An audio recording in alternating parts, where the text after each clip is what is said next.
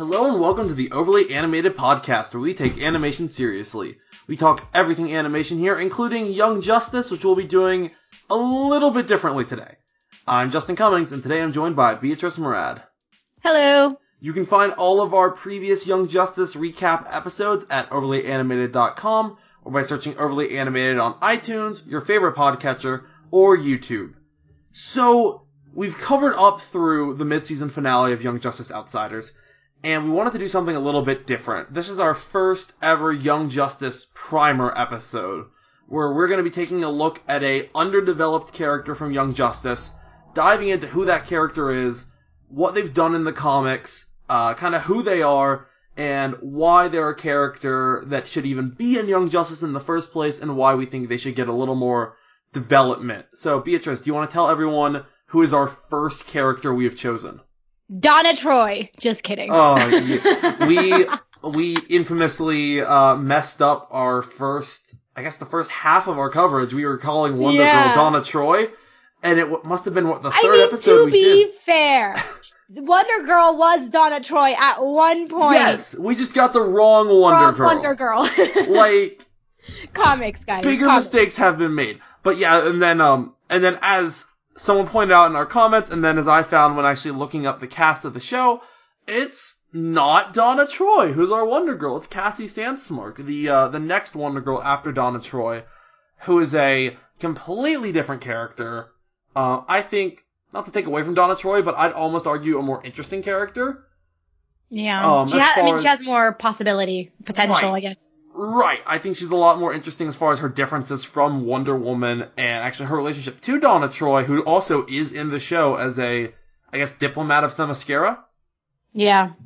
And, so we're gonna get into... Which is also interesting on its own right, because, we won't get into Donna Troy, but, also, she's not originally from Themyscira, but she's the spokesperson. It's that's an interesting kind of decision to make. But anyway, that's... And so that raises the question, in the Young Justice universe, was Donna Troy Wonder Girl at one point? We don't know. Probably? Maybe?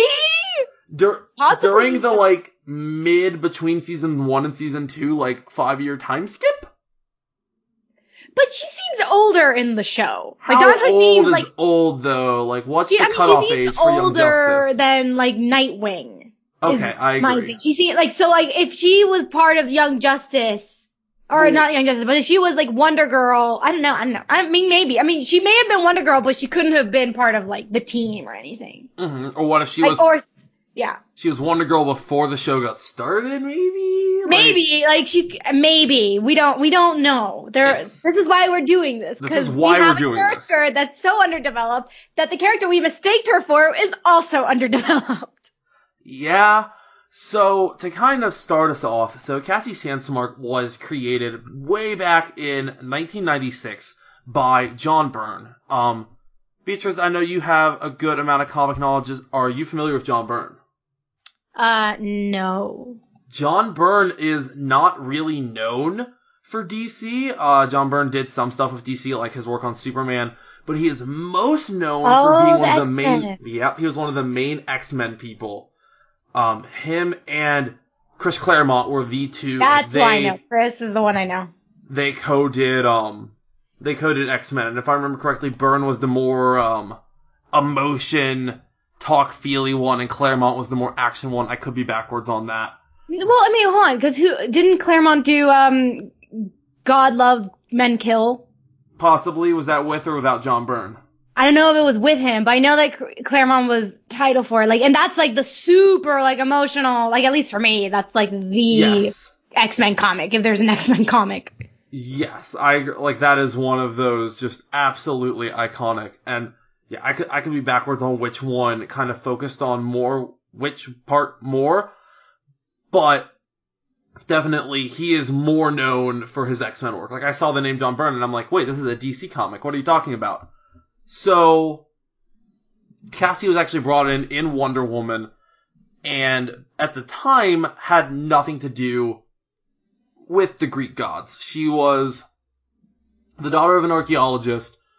Her mom found these magical artifacts, gave Cassie superpowers, and she became Wonder Girl because she idolized Donna Troy and wanted to be like her. And then later on, we find out she's actually the daughter of Zeus and is a demigod. Because like all great classic heroes, Zeus could not keep it in his pants, and now Cassie is one of the many, many, many, many, many, many daughters of Zeus. Yes. So correct. How do you feel about that era, that incarnation of Cassie? Like, the magical artifact archaeology spin, and then compared that to the daughter of Zeus angle. Like, which of that do you find more interesting? I mean, I liked I kind of like the aspect of like having armor that gives you super strength and superpower, because we don't see that often. Like usually the person who has like tools, it's Batman, but even then it's not like you get powers. I mean, you do get powers. Sorry, what am I talking about? Like you have Dr. Fate and all that. But, but I don't know. I liked that interpretation. It's cool to have like another kind of human versus like some greater deity. But at the same time, we don't explore the gods, the Greek gods at all, barely. Or at least in DC, like, I think the most we've seen them explore it really has been with the Wonder Woman movie. At least with, like, these kind of... Yeah, that's been the big one. I'll say the comics get into it quite a bit. But yeah, the comics do. But I'm talking about, like, in terms of animation, like, the only animations that do tend to touch on it are the ones related to Wonder Woman. So I would like this kind of character to have her own, to kind of be connected to it, but not so directly connected to Wonder Woman. Because that's something that's surprising about Wonder Girl in general. It's like, Cassie isn't super, super close with Wonder Woman. She's closer to Donna Troy or Artemis, not Artemis from Young Justice, but Artemis from Themyscira. Yeah, the second Wonder Woman, very interesting character. That's a whole nother discussion, but that's... That was a fascinating run of Wonder Woman. It really was. Yeah. Well, I mean, what I mean is, like, she's closer to them than she is to Diana. Like, she doesn't, like, the name Wonder Girl suggests that she's her sidekick. But, I mean, I feel like the only true sidekicks in DC are the Kid Flashes and the Robins. And, like, Batgirls, I guess. Like, those are the real sidekicks. Like, she doesn't feel super close to Diana. So, like, to me, I was like, I kind of wanted... that maybe like explore that, and maybe that's why I wanted her more with Donna Troy, because they both kind of have the similar thing where they're connected to this, but they're not. But also like it'd be cool to connect with Zeus and be like, yo, like I'm a god. And that's like I don't know, give me a god. I will never complain about getting a goddess. I agree. I think ever since the mid 2000s, all of a sudden when we start doing demigods, it's like okay, so Percy Jackson. Like, I think teenage demigods will now forever be connected with that. Which is fine. Which is totally fine. Absolutely. I mean, she's basically just Annabeth anyway. Or not Annabeth, the daughter, it's been a while. The one that the tree and the... Lightning! There's like 3 people who know what I'm talking about, and the Percy Jackson fandom is going mad in the comments right now. If only they made an animation of that, then we'd talk about it. But I think the whole...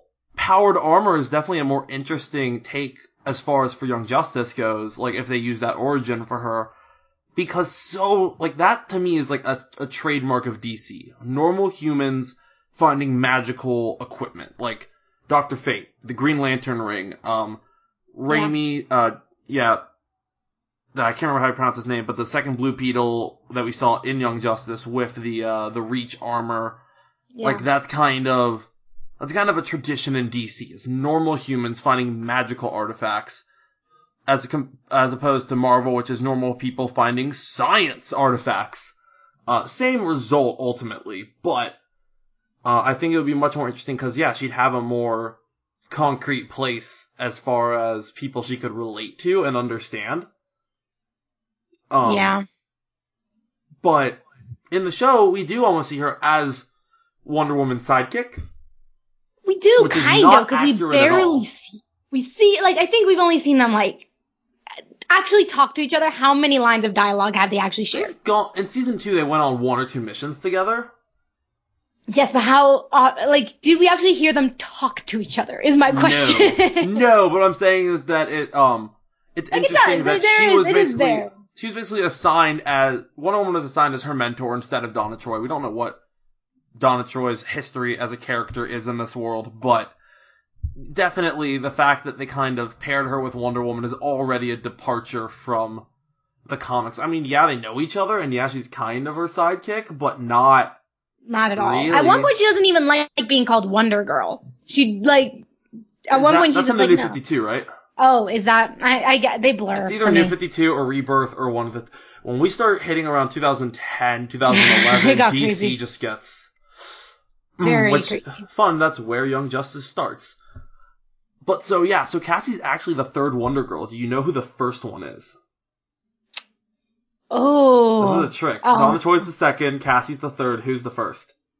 Is this a trick question? It's kind of a trick. It is. Isn't it Diana? Yes, it is Diana. Okay. Because I was like, wait, isn't it Diana? Because I feel like there was at one point they made her younger for like something. They did something with Diana that was like weird and like, yeah. Identical to how they used the original Superboy comic was just Superman before he grew up. They used to write a book where Diana's mother would basically tell stories of Diana at 3 different ages. So we would get Wonder Woman, Wonder Girl, and let's not forget Wonder Tot. Oh, I was about to say Wonder Granny, but no. Oh, you wish. Nope, Wonder Tot. I wish. All right. Well, so that's a thing. Which, the fact that the history of the names Wonder Girl and Superboy both go back that route is very interesting because, tell me, they're very connected. In the comics, who's Cassie's love interest? Superboy! Specifically, our Superboy, Connor. Yeah, Miss Martian is not present in they any are kind in of young different universes. Practically, they don't know each other. I don't know. Has there ever been a panel in a comic where they talk to each other? I don't know. If there is, it's probably the comic based off the Cartoon Network series. Right, not actually actual DC Universe comic canon. Mm-hmm. Because, I mean, you look at the original Young Justice book, and it's our later Young Justice. It's Impulse. Yeah. It's Arrowette. It's Wonder Girl. It's You're Gonna Hate Me. It's Lil Lobo. It's... Yeah. I'm sorry. I'm so sorry. No, I realized that he was in season 2, and I forgot about it. Yeah. I had blacked it out, and I'm like, oh, he was in season 2. Why? Anyway. It's also Amethyst, who... Do you know about Amethyst at all? Yeah, she is Steven's other gem aunt. No, not her. Okay. No. Well, she deserves her own episode just for being such an interesting. She remember when Young Justice got canceled and they were doing those DC shorts on Cartoon Network? Yes. They gave her one, and she is part of the original Young Justice team. And there's currently now a new Young Justice comic that's tied into the show that is just now spinning off Amethyst into her own book. Oh, so, cool. She's always been a part of Young Justice. She's had an animated short, which we should probably do an article on or something at some point. But she's fascinating in that she's one of the many Young Justice women who's been completely ignored to the point where she hasn't even appeared in her own show yet. Yeah. It's so many characters, so little So time. many, yeah. So Cassie and Connor kind of have always been a thing. And I think they were together before Superman and Wonder Woman ever did anything. Can we, not have Superman and Wonder Woman be anything? I grew up in New 52. That was the first era I read, so... Look, I grew up with with Justice League and Justice League Unlimited, where Wonder Bat was, everything. Oh, I agree. Wonder Bat's a great ship. That's the best We can also ship. Superman and Batman, because they are the world's finest, but... But no, I agree. And so, this is a major difference from the character. In my reading, I cannot find any connection between her and Tim Drake. Did you? No, there was because it gets complicated. So at one point, Superboy dies. Yes. And so she, is very upset to the point that at one point she joins, a cult of people that, are all about the Kryptonians. But of course, most of her storyline revolves around Superboy. And, the mourning him, loving him, whatever. And during the time that he was gone, she and Tim Drake do share a kiss. And then they, don't talk about it. They're like, it was a mistake or whatever. And then they kind of, sort of try to get together, but then it doesn't work out and it strains the team. I think this is with Teen Titans. I'm not sure if it's Teen Titans or Young Justice. I'm pretty sure, no, it's with Young Justice. Well, it strains the team, so they break it off. And then she comes back and joins the Teen Titans. And at one point is the leader of the Teen Titans until Beast Boy is like, nah, I'm back. I'm the leader and I'm gonna lie to you and tell you that no one thinks you're competent. Like, she's not treated well is what I'm trying to tell people. And that era of Teen Titans, basically what had happened was the Young Justice and Teen Titans teams had been going separately. Then there was a crossover called Graduation Day, which is basically the Young Avengers, or the Avengers Academy Runaways crossover of DC. And that all our teenagers just run into each other. And they smash together, both teams disband, and then they form a new Teen Titans after that, which is kind of half and half. Mm-hmm. And so it might have happened in Teen Titans, because it's the same team pretty much. Yeah, like, I mean, it could have. I wouldn't be surprised if it did or didn't. Tim's the one that got her to join the new Teen Titans. Maybe that's it. Point is, like, they were like a thing for like a second. They were like what I'm just trying to downplay, like, Tim and her are basically not a thing. Like, well, I mean, in the show, from what we've seen, maybe they won't continue being a thing. They continue being a thing in the show. Are they? But in the comics, I mean, kind of. We don't know. Last time we heard, they were fighting. They were fighting, but I feel like they're still together, though. Look, if they take the precedent from the comics, then they're gonna break up real quick. They have spent the exact same amount of screen time dating as fighting. Yeah, that's true. We had one shot of them, of just out of nowhere, she kisses Tim. Very similar to the comics, just yum. And then, because of Wally's death, which is problematic in and of itself, but then we get one phone call of them fighting, and that's all the development this relationship has had. Yeah, that's, I mean, that kind of just sums up how she's treated. Do you think they put her with Tim purely because Connor's already taken in the show? Absolutely. What were they gonna do? I mean, do I think they shouldn't give her a relationship, maybe? I mean, look, of course, that's the ideal. Don't make her be revolved around a dude. Like, that would have been the perfect thing to do. But if they were going to give us something worthwhile, then why not just, had her, I mean, I hate love triangles, but given the source material that you're taking it from, do play into that, where she likes Connor, and at one point Connor and Megan were over, so why not play into that? That actually has precedent in the comics, and then finish with him and Miss Martian happy ever after, and her, like, basically closing that chapter, closing Connor, and moving on and having her own life now. Not just throwing her with frickin' Tim and, like, whatever. I was about to say something else, and that was not what I want to say. Anyway. With Connor and McGann now engaged, do you think it's too late for this love triangle, or do you think they might still try to pull some crap? It's way too late. No. What if McGann's busy, so Connor steps in to lead a mission, and Cassie's crying over Tim, and Connor helps her? No. And then she falls in love, and then she misbehaves on missions to throw off Miss Martian. No. Look. If there's, of the two, the one who deserves all the love and attention is Miss Martian, because Connor's the one that's been leaving her hanging. He's the one that's been like, she's like, we're just together, we're not spending time anymore, and then he's like, well, like, he's the one that's, if there's anyone that deserves to be cheated on of those two, neither of them deserve to be cheated on, I didn't say that he would cheat on her, just that he would be, like, a nice person and Cassie would overreact, basically. See, but that's what I don't like. I know. It's awful. I don't do you put it past the show? I wouldn't, I think the show may be very straight. The show may be very, like, romance heavy. Like, people may say, like, oh, like, the reason people are demanding LGBT representation on the show is because it is very romance heavy, and all the romances are straight.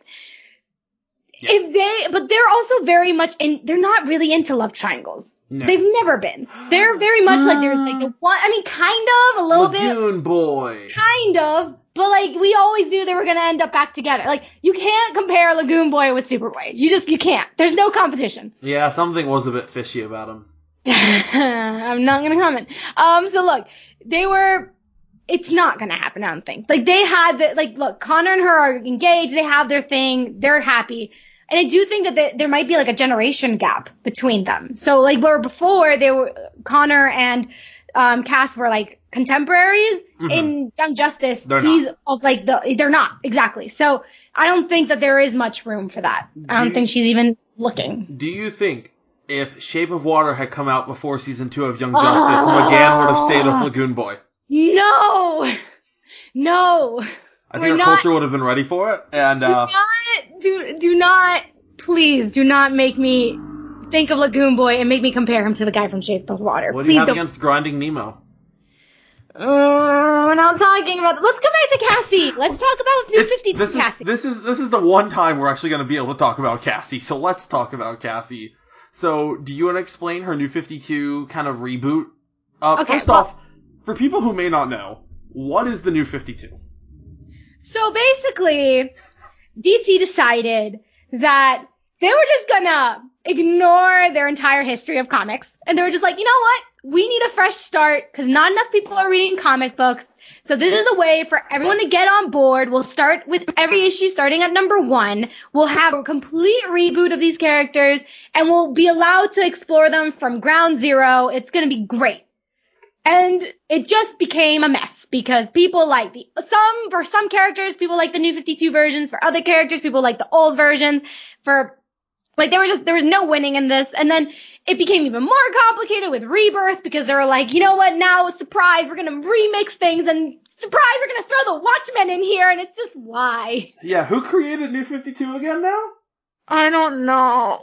Dr. Manhattan, apparently, is the one responsible for the New 52 I thought you meant like the person. I thought you meant like the actual person at DC who made it, and I'm like, I don't know, but no, yeah. Which is why New 52 actually makes no sense, because Damian Wayne is around, even though Batman supposedly has only been active for 5 years, and it's like, something's not right with the time. Now, there's like 4 or 5, there's a few New 52 books really worth reading. Batgirl, half of Green Arrow, Justice League, Batman. But after that, there's not a lot. Green Lantern. Yeah. There's good stuff, and then there's a lot of crap that kind of gets left to the wayside. Yeah, but what's good about? Okay, well, here's the thing. But back to Cassie. Yeah, the thing how does Cassie tie into New 52? Tie into all this. Remember how we mentioned that she is related to Zeus? Well, yes. But... Well, no. Well, they were like, you know what? This is like a great character trait. This is such a good thing, like for a character to be like the daughter of Zeus. That's so cool. Hey, guess what, Cassie? You're not important enough, so we're gonna give that to Diana, and you are just gonna be Zeus's granddaughter now. And it's like, they could have just been sisters. Zeus has gotten around, but no, they were just like, no, we gotta drop you down a peg, because you can't be like on the same level as Wonder Woman, so we gotta bring you down some. Which is like silly, but basically, so now she still has her archaeologist mother, but the difference is that now she is the granddaughter of Zeus, and she is Wonder Woman's niece. So now there's an actual bigger link between the two, but it's still weird because they don't talk. Like they barely have interactions. Even though her father, who left her at 4, is Wonder Woman's half brother. Yeah. And a lot of times she goes up against, like, sometimes they like her and Wonder Woman like clash a lot. Like in terms of like what's good, what's bad. Like they just don't see eye to eye a lot of times. Which is like would be so interesting to see on the show. But we don't see that. Like that's a different kind of take. You have Superboy with Superman, where Superman's like, I'm kind of like your father and I don't want to be, so I'm just gonna dip. And then you have Batman and Robin, they're always so in sync. And now here you have these two people that are related. There's a link there, and they just don't see eye to eye. That would be a really different dynamic. That would be really cool, and we just don't see that. Cassie's so interesting because she has so many interesting relations that are just completely ignored by the show. She's been reduced to not Nightwing's girlfriend. Because Tim Drake has been reduced to not Dick Grayson. Like, he finally got some character development and being part of this whole Batman Inc. thing and, like, in on this whole coup. But still, he's not Dick Grayson. Like, that is who he is. Who is he? Well, it's not Nightwing, so it's... And he's not Jason Todd. And he's not the one who went bad, but he's not the one we all love. Yeah, I mean, Tim Drake is honestly probably the most, like, needs the least therapy of all the Robins. Yeah, he's the one who's got it together. Like, Tim Drake is fine. He's a fine young man. He is a fine young man. Trusted guy. I would let him watch my house. I would trust him in a fight. He's not the most interesting character. He's boring. Kind He's of very just boring. there. He's just there. He really is the one, because even after, like, Damien's the dead one. Well, timeline-wise, depending on the timeline, Damien's either the brat or the dead one. Jason but he's Todd's the one bad who's boy. actually related to Bruce also. Like, he's True. Bruce's biological son. So there's also that. Damien's the son. Stephanie Brown is the girl. Barbara much, Gordon was the first girl. there's so much more about Stephanie Brown, but not today. Well, now she's in the show. Tune in next time. No. Jason's the bad one. Dick's the first one, and Tim's just kind of there. And I feel like they He's gave the him middle Wonder child, Girl. I guess. I feel like they gave him Wonder Girl just to give him a character. You know what I mean? Which sucks, because it's like, well, then what happens to Wonder Girl? Like, Exactly. and not just that, but there's so much there, like, if you just look at her history, there's so much that's ripe for drama, for really interesting storytelling. It's actually created this really interesting character out of her. She has so many connections all over the place. And she is such a great way to actually talk about Themyscira and have some interactions with the Amazons and Amazonians and all that. And it's just nothing. She, We don't becomes the champion of Ares at one point. Yeah, like that's what I mean when she literally goes up against Wonder Woman and the Amazons. She becomes Ares' like champion. Like, that's so cool. And we're just not even gonna dip into it. We're just gonna completely ignore her, because the moment that we can't give her Superboy, we give her the most boring Robin. And it's just like, I mean, Yeah. yeah. So, with this, I think that if you really are interested at all in anything we've talked about with her, if you have DC Universe, they have a lot of the Young Justice comics on there. Like, just go start reading it. Like, just go read about Cassie, because you will find she is so much more interesting than what the show has made her. As far as outside of the show and outside the comics, the only other times we've really seen her, she is in the Young Justice video game, which I'm not saying is great, but I'm saying she's in it, and actually has her comic book version of herself where she wears jeans and the red t-shirt, which is the most Teen Titans thing. The most Young Justice is jeans and a t-shirt. And of course, like, Superboy's girlfriend is the one who also wears a jeans and a t-shirt. Like, they have to wear matching outfits. They look identical. They're adorable together. Like, I mean, why do you think I don't ship Wonder Woman and Superman? Because they could pass as siblings. Legit. Dark hair, blue eyes, like, that's a thing. Cassie at least has blonde hair. Like, at least, that's positive. She wore a black wig to look like Donna Troy because she likes Donna Troy, but yeah.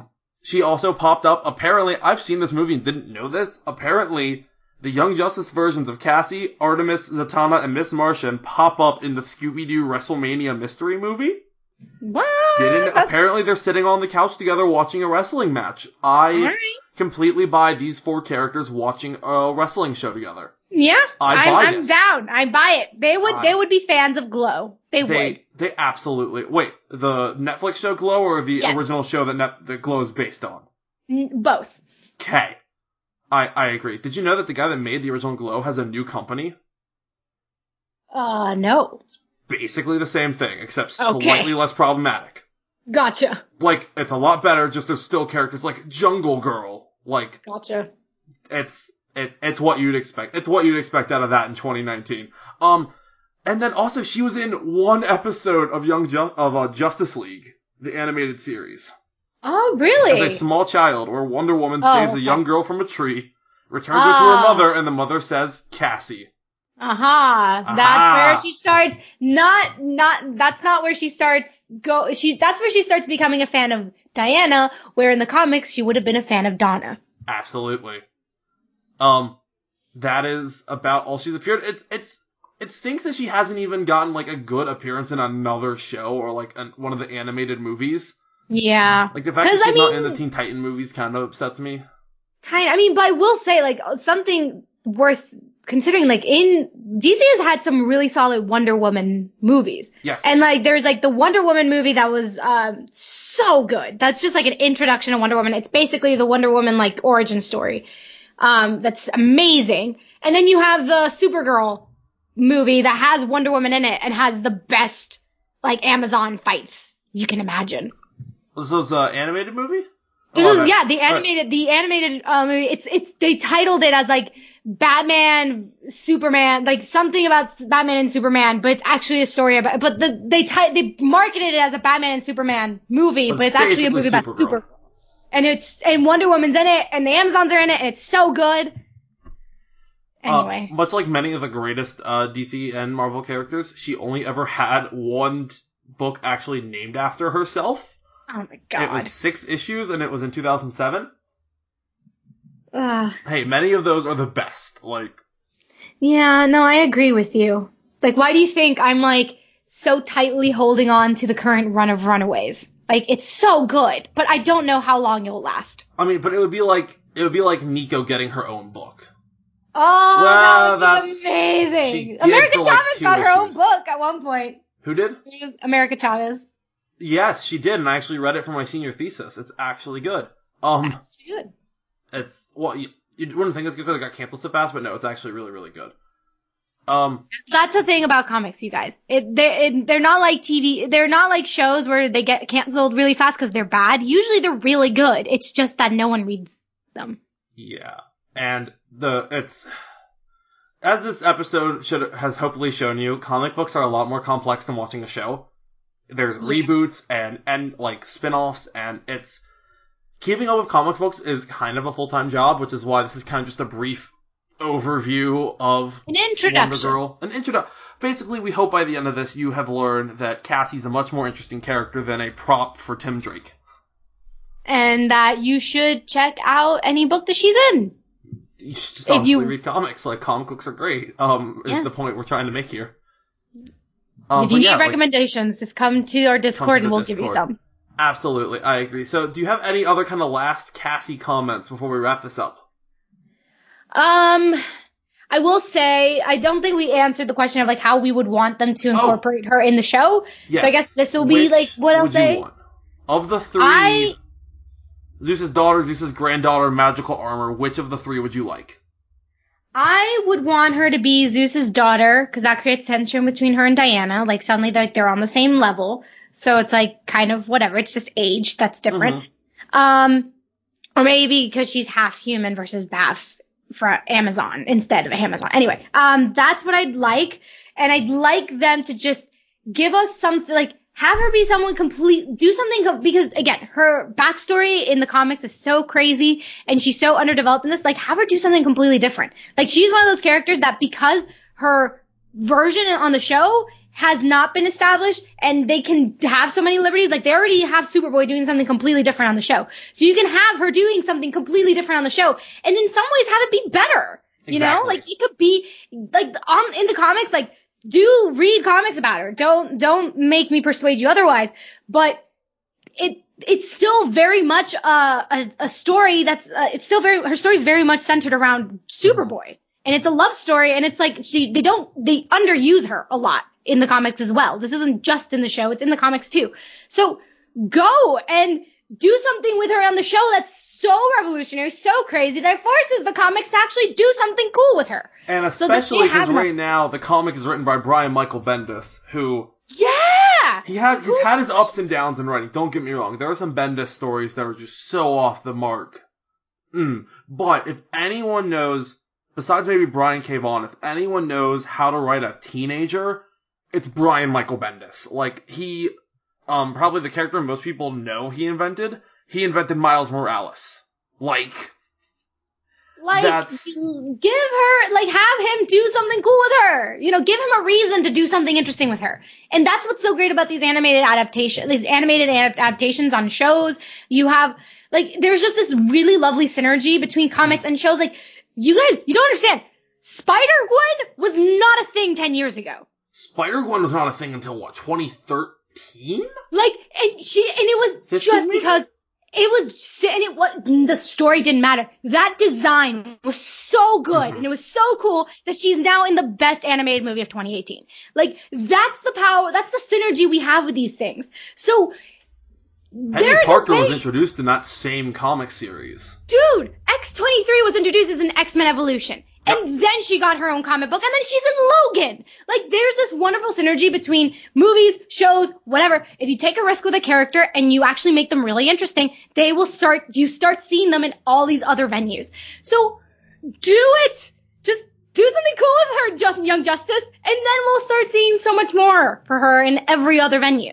I mean, probably the most famous example of show to comic, Harley Quinn was created for the animated series. Like, she wasn't a thing before the animated series, and now look at her. She is probably one of the most popular characters. Like, there was at one point where she had more, like, books that were being run, like comic book, like, series she had more of them than Wonder Woman at one point. Harley's Black Little Book, such a great series that didn't last. But at one point, like, that was everyone was obsessed with Harley. So, and they're still obsessed with Harley. And I have no doubt that this trilogy of Birds of Prey, Gotham City Sirens, and then the Gotham City Sirens versus the Birds of Prey movie thing that they're doing with Margot Robbie is gonna have another crazy wave for Harley Quinn. And we're gonna get an animated show with Harley Quinn. Like later in October. This year, yeah. Which also looks phenomenal. It looks so good. So I'm just saying, guys, all you gotta do is make a really cool character, and Cassie is a really cool character that you can make something cool with.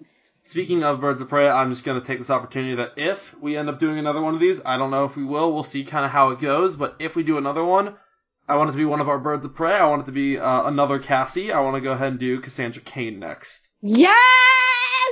She's in the movie! Did you see the first little teaser? I didn't know she was in the movie and lost my mind. What is it called? Birds of Prey and the Fantabulous Emancipation of Harley Quinn? Oh, it's so good. Anyway, we love superheroes. We really, really do. We do. Which is why we want to see the show do more with our favorite characters. And I think that's a good sentiment. So, guys, you can find all the info on this podcast at overlyanimated.com. You can join us on Discord to text chat about animation at overlyanimated.com/Discord. Go to the Young Justice server. We probably are always talking about what character deserves more love, because there are so many of them on this show. So many. Fun fact before we go. Bart, the new Kid Flash, is Max's voice actor from the Goofy movie. Oh, really? It's Goofy's son.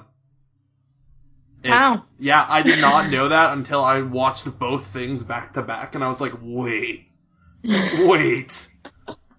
I'm waiting for a Hyuk right after Bart speaks. And you guys can support us via Patreon at patreon.com/overlyanimated. Thanks to all of our current patrons, but especially our patron of the podcast, Lily, aka Panda Lily. Thanks as always to our Patreon executive producers, John, Ryan, Steve, Alex, and Hugh. Coming up, hopefully more of this, but we have Genlock coverage happening. We have Dragon Prince comes back soon.